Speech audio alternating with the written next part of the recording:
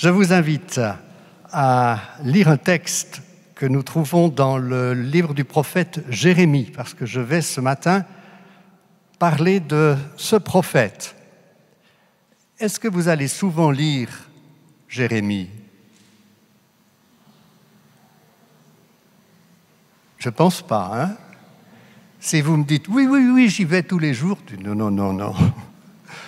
Jérémie, c'est un prophète assez difficile à lire parce qu'il s'adresse à beaucoup de nations différentes, prophétise sur Israël évidemment, mais sur toutes les nations qui sont autour d'Israël.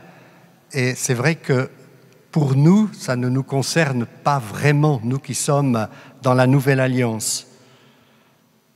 Mais il y a quelques perles dans ce livre de Jérémie, et j'en parlerai peut-être à la fin du message.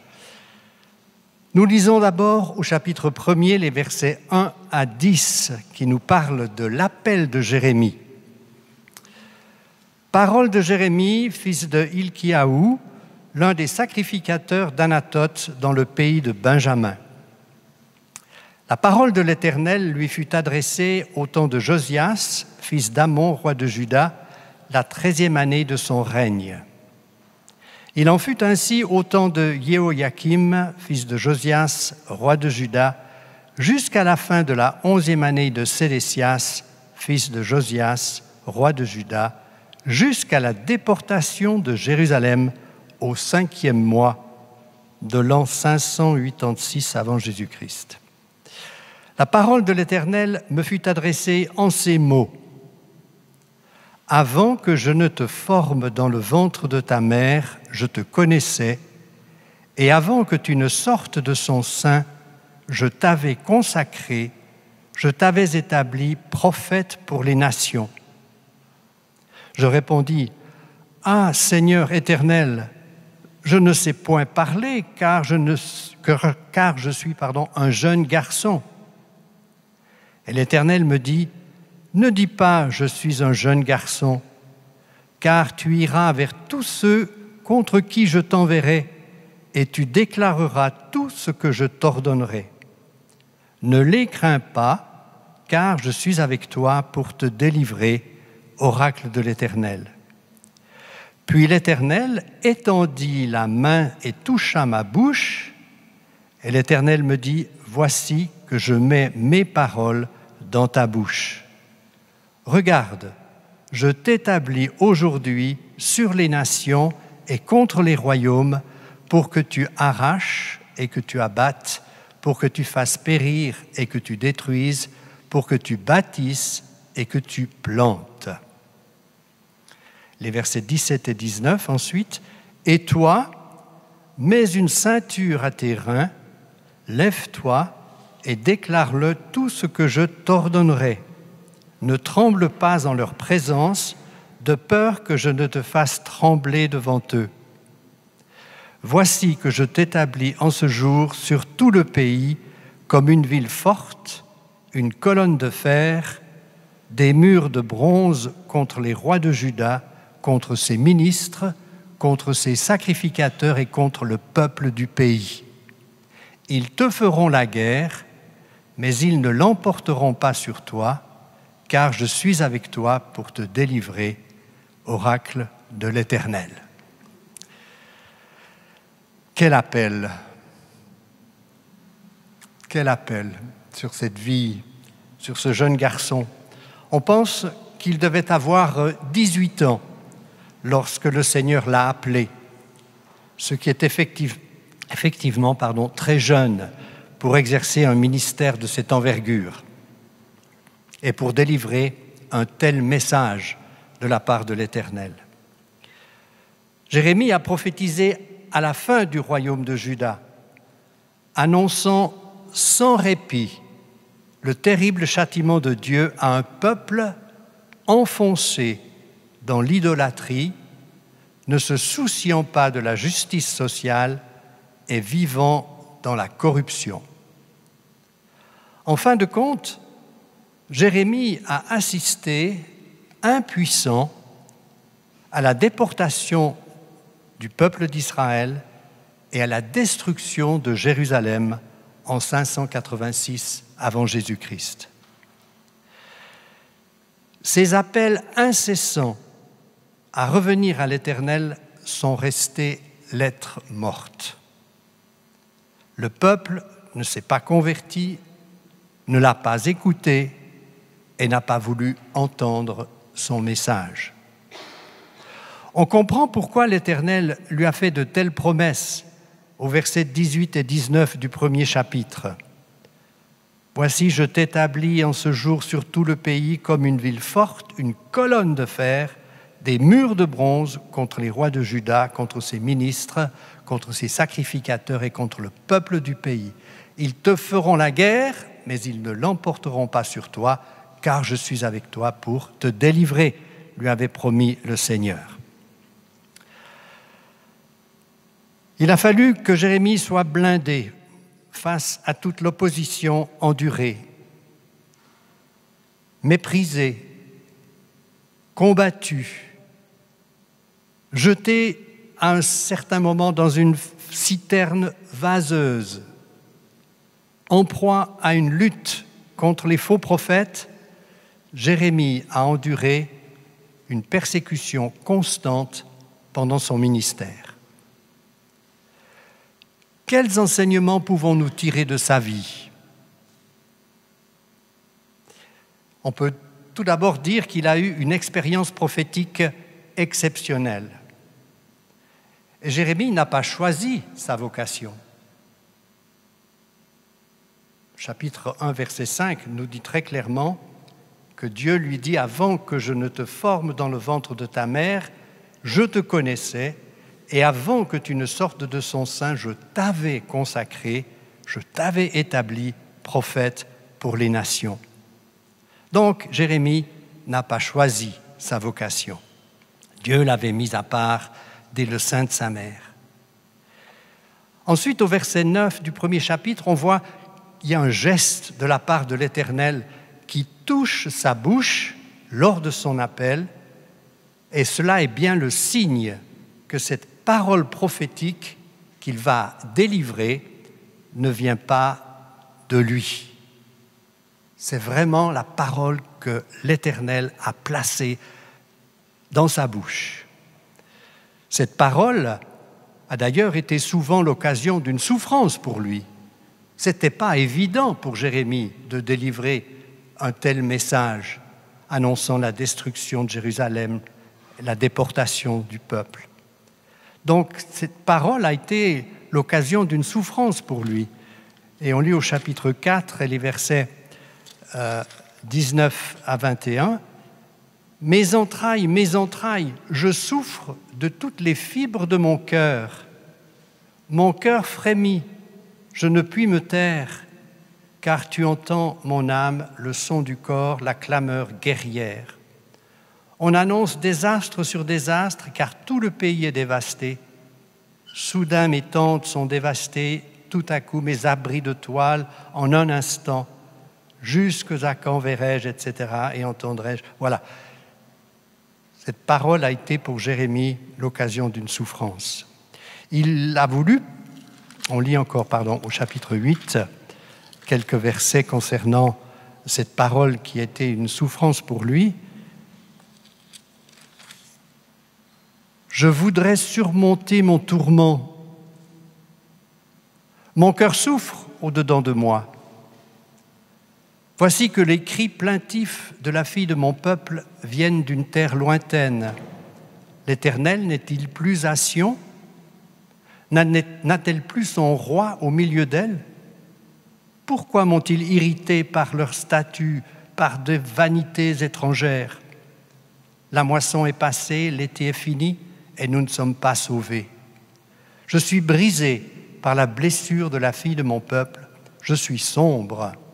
La désolation me saisit. N'y a-t-il plus de baume en Galaad? N'y a-t-il plus de médecins là-bas? Pourquoi donc le rétablissement de la fille de mon peuple ne progresse-t-il pas? Oh, si ma tête était de l'eau, si mes yeux étaient une source de larmes, je pleurerais jour et nuit les morts de la fille de mon peuple. On voit à quel point, n'est-ce pas, cette parole qu'il reçoit a été une cause de souffrance pour lui. Il lui est arrivé même de vouloir abandonner, de ne plus pouvoir continuer à délivrer un tel message si difficile, si dur pour le peuple, pour son peuple. Chapitre 15, verset 10, nous lisons « Malheur à moi, ma mère, car tu m'as fait naître, homme de contestation et de dispute pour tout le pays. Je n'emprunte ni ne prête, et cependant tous me maudissent. L'Éternel dit, ne t'avais-je pas affranchi pour ton bien? N'avais-je pas frappé l'ennemi pour toi? Au temps du malheur et au temps de la détresse, etc., etc. » Parole difficile, et Jérémie a parfois voulu abandonner. Chapitre 15, verset 19, nous lisons « C'est pourquoi ainsi parle l'Éternel, si tu reviens à moi, je te ferai revenir à ton poste devant moi. Si tu sépares ce qui est précieux de ce qui est vil, tu seras comme ma bouche. C'est à eux de revenir à toi, mais ce n'est pas à toi de revenir à eux. Je ferai de toi pour ce peuple un mur de bronze fortifié.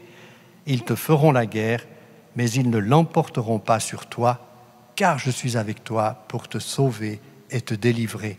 Je te délivrerai de la main des hommes mauvais, je te libérerai de la main des tyrans. » Quelquefois, Jérémie a cherché à contenir les paroles que l'Éternel mettait sur son cœur et dans sa bouche. Mais ce flot prophétique était plus fort. « Tu m'as séduit, Éternel, et je me suis laissé séduire. Tu m'as saisi et tu as vaincu. Je suis chaque jour en dérision, tout le monde se moque de moi, car toutes les fois que je parle, il faut que je crie, que je proclame violence et dévastation. Et la parole de l'Éternel est pour moi un sujet de déshonneur et de risée toute la journée. Si je dis, je ne ferai plus mention de lui, je ne parlerai plus en son nom, il y a dans mon cœur comme un feu brûlant, retenu dans mes os, je me fatigue à le contenir et je ne le puis. » Oui, Jérémie était chargé de cette parole. Il aurait aimé ne pas la délivrer, mais il ne pouvait pas retenir ce que le Seigneur avait placé sur son cœur.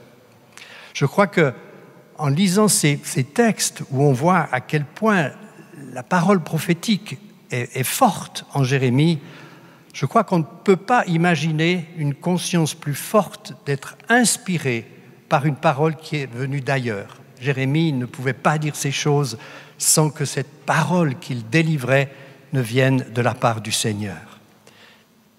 Elle le contraignait à parler. Cette parole que Dieu déposait dans son cœur était envahissante et il ne pouvait donc les contenir. Est-ce que vous ne trouvez pas que dans notre génération actuellement, on aurait besoin de prophètes de cette envergure?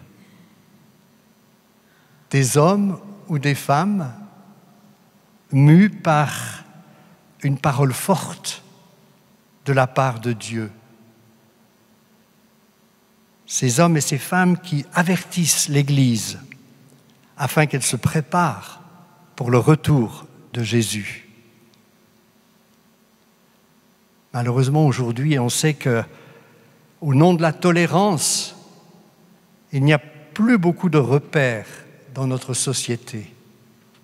Il fut un temps où c'était noir ou blanc.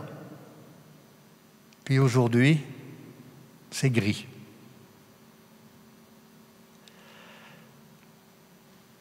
C'est le flou total quant aux valeurs morales et spirituelles. Et je crois qu'on a besoin d'apprendre à nouveau quels sont les enseignements de la parole pour renoncer au péché, pour tendre à la perfection comme l'apôtre Paul nous y invite. Revenons à Jérémie. Quel a été son message?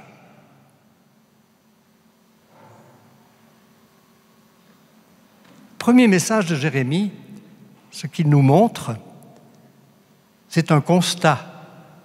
Le constat que le peuple de Juda a échangé son Dieu contre de faux dieux. Il a abandonné l'Éternel, la source d'eau vive, pour se creuser des citernes fendues, des citernes crevassées qui ne retiennent pas l'eau. C'est une image que nous avons au chapitre 2. Ils ont abandonné la source d'eau vive et se sont creusés des citernes qui ne retiennent pas l'eau. Ça, c'était le constat de Jérémie, général. Puis il y a un appel très fort, un appel à revenir à l'Éternel. Chapitre 4, les versets 1 à 4. Israël, si tu reviens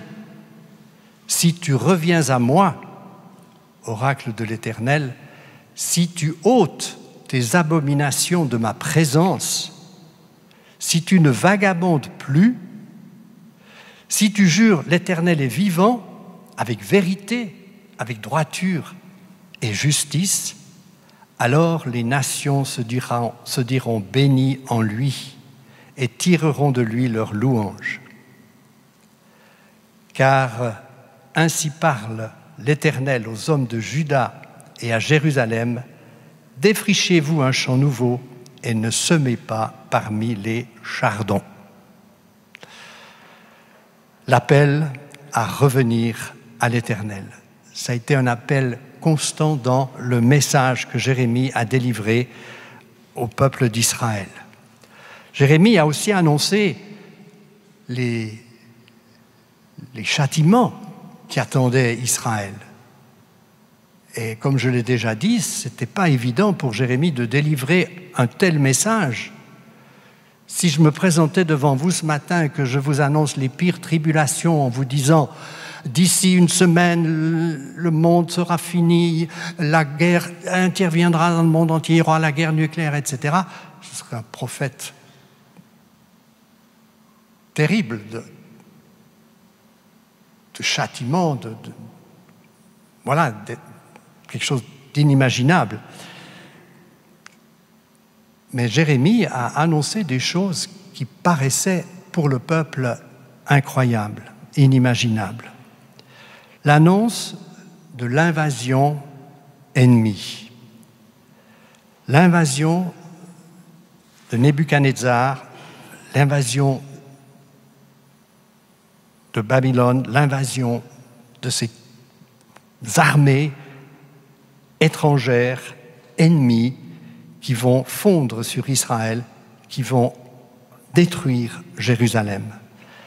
Chapitre 6, versets 22 et 23. Ainsi parle l'Éternel, voici un peuple qui vient du pays du Nord, une grande nation qui s'éveille des extrémités de la terre. Ils brandissent l'arc et le javelot, ils sont cruels, sans compassion, leur voix mugit comme la mer, ils sont montés sur des chevaux, rangés comme un seul homme pour le combat, contre toi, fille de Sion. Bon, c'est terrible d'annoncer ça. C'est vraiment pas réjouissant. Une telle prédiction, une telle prophétie. On comprend pourquoi, finalement, on l'a jeté dans une citerne. On en avait marre d'entendre des propos si défaitistes, des propos si pleins de jugement.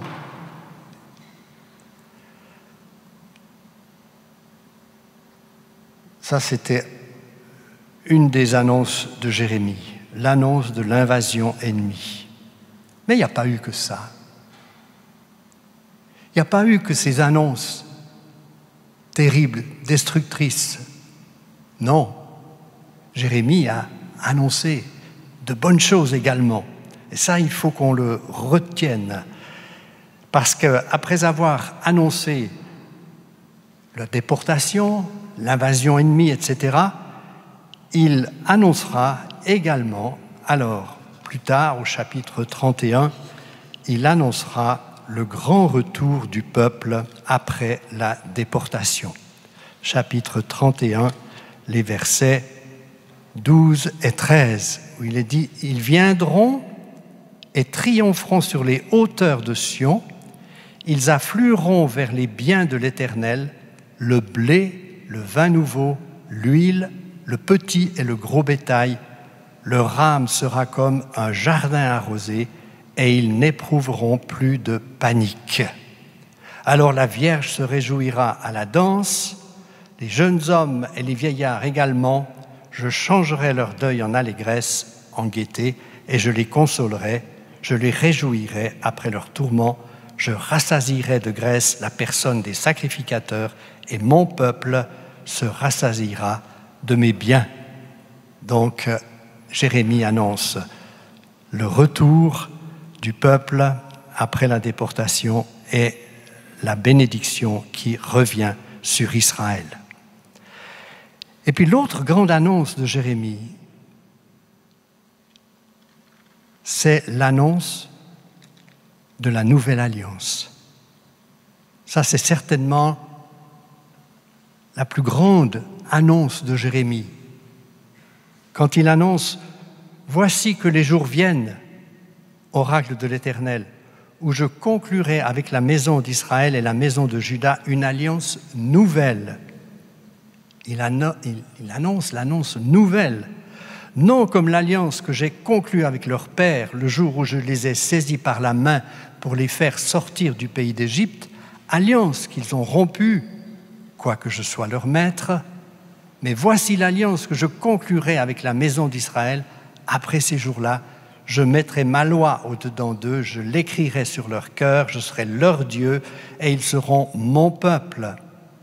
Celui-ci n'enseignera plus son prochain, ni celui-là son frère, en disant « Connaissez l'Éternel », car tous me connaîtront depuis le plus petit d'entre eux jusqu'au plus grand.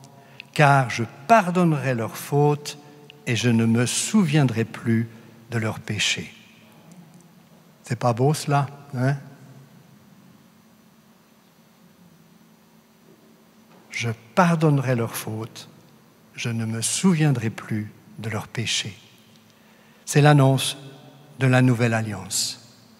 C'est ce qu'il faut que l'on retienne particulièrement de toutes les prophéties de Jérémie. C'est certainement la plus importante, la plus grande, la plus prometteuse pour nous. C'est cette alliance, cette annonce de la nouvelle alliance. Nouvelle alliance qui a été reprise dans le Nouveau Testament, qui a été reprise par Jésus. Voilà, cette nouvelle alliance annoncée par Jérémie, eh bien, elle s'est concrétisée évidemment en Jésus. Pour Jérémie, c'était donc un message clair, s'inscrivant dans la réalité des événements contemporains, où chacun pouvait se sentir concerné, depuis le plus petit dans le peuple jusqu'au magistrat, au prêtre, au grand, à la cour et même jusqu'au roi lui-même. En règle générale, le message du prophète dérange. Le message du prophète nous bouscule. Il nous remet en question et nous montre souvent que nous ne sommes pas prêts à entendre l'appel à réformer nos voies et à revenir à l'Éternel de tout notre cœur. Le vrai prophète, non seulement il annonce les châtiments que l'Éternel lui demande d'annoncer, mais il annonce également les promesses de restauration et de bénédiction que l'Éternel est prêt à donner à son peuple s'il revient à lui de tout son cœur. Si un prophète se confine dans l'annonce unique du jugement, nous sommes en droit de nous demander quel est l'esprit qui l'inspire. Je peux redire cela, hein? C'est vrai que le ministère de prophète, il n'y en a pas beaucoup aujourd'hui. Mais j'en ai croisé quelques-uns dans mon ministère. Et si les prophètes que j'ai croisés dans mon ministère, que j'ai interprétés également parce qu'ils venaient des États-Unis, la plupart, si ces prophètes s'étaient cantonnés à annoncer des jugements et à prononcer sur les personnes qui venaient s'approcher de lui pour qu'on prie pour lui, s'il n'avait eu que des paroles de condamnation, je crois que je n'aurais pas persévéré avec un tel message.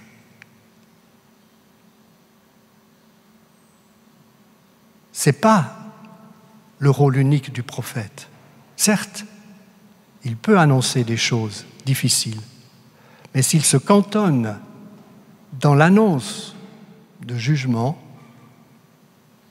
comme je l'ai dit, je me pose la question de savoir quel est l'esprit qui l'anime.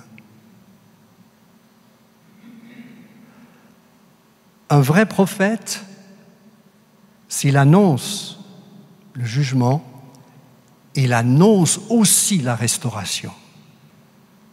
Il annonce aussi des temps nouveaux.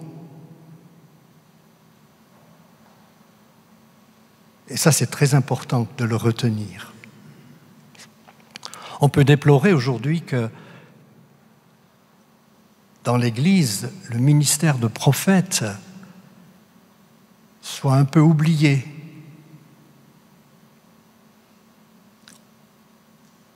On sait ce qu'est un docteur de la parole, un enseignant, on sait ce qu'est un pasteur, un berger. On sait ce qu'est un apôtre, celui qui est pionnier, fonde des églises, établit des ministères dans les églises qu'il a fondées. Ces ministères-là, on les connaît. Mais le ministère de prophète, on n'en croise pas souvent sur notre route.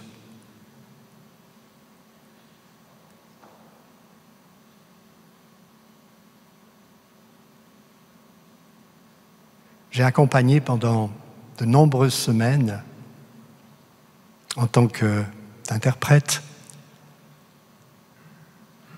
un pasteur américain qui prophétisait sur les gens en priant pour eux. Et j'ai eu tout le loisir d'écouter, de transmettre la parole et de pouvoir discerner si ce qu'il disait était juste ou faux. Et la plupart du temps, je leur dis, dans tous les cas, quand il avait devant lui une personne, il recevait une parole de connaissance par rapport à la personne qui était là devant lui, connaissant ça, comme si le Seigneur lui révélait sa situation, ses problèmes. Et quand il se mettait à prier en révélant la situation personnelle de cette personne, eh bien, elle éclatait en sanglots. Elle se reconnaissait dans cette parole. Cet homme avait une parole de connaissance extraordinaire. Et ensuite, il l'encourageait. Alors, il est arrivé, je vous raconte une petite anecdote, quand j'accompagnais ce ministère, il est arrivé que de temps en temps, enfin particulièrement une fois, une jeune fille se soit complètement méprise sur les paroles de ce prophète. Elle a voulu entendre que ce qu'elle a voulu entendre. Et ce qu'elle a entendu, c'était que je lui étais destiné.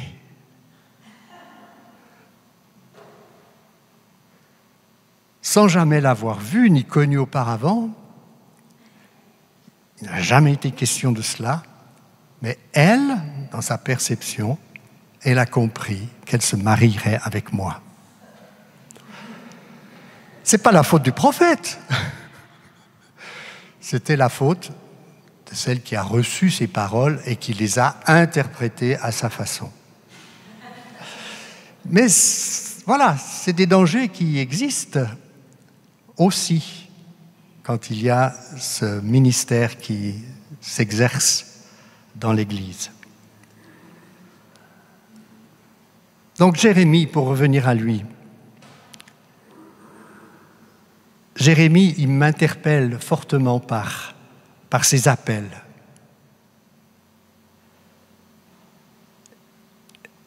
Est-ce que parfois, dans notre vie, nous n'avons pas creusé des citernes qui ne retiennent pas l'eau? C'est-à-dire que nous avons voulu agir de notre propre volonté, et on s'est à quelque part engouffré dans une perspective qui n'était pas celle de Dieu, et on a ainsi creusé des citernes qui ne retiennent pas l'eau. Ça arrive. C'est pourquoi nous ne devons pas abandonner l'Éternel qui est, lui, la source d'eau vive. Ne poursuivons pas des chimères qui ne nous satisferont jamais au détriment de notre relation avec le Seigneur. Suivons l'exemple que Jésus nous a laissé, que l'apôtre Paul nous demande d'imiter, cet exemple de droiture, de justice, de vérité, d'amour. Et je propose que ce matin, on se laisse sonder par cette parole et par le Saint-Esprit, et qu'on prenne un temps de prière, et qu'on voit si on n'est pas en train de creuser des citernes crevassées qui vont nous mener à rien, et qu'on revienne à la source d'eau vive qui est Jésus lui-même. Prions. Seigneur, il nous arrive parfois de vouloir creuser nous-mêmes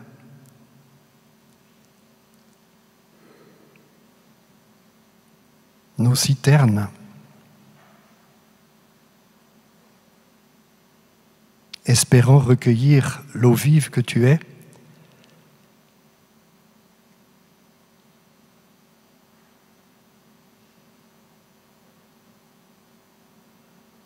mais cela ne nous mène à rien.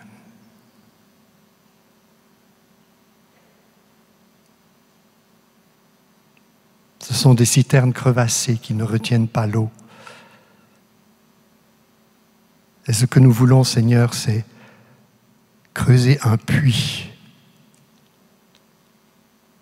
duquel jaillit cette eau vive qui viendra nous désaltérer, qui nous permettra aussi de donner à boire à ceux qui sont autour de nous. Fais-nous cette grâce, Seigneur.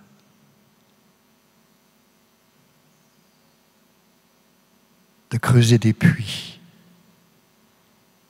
d'eau vive.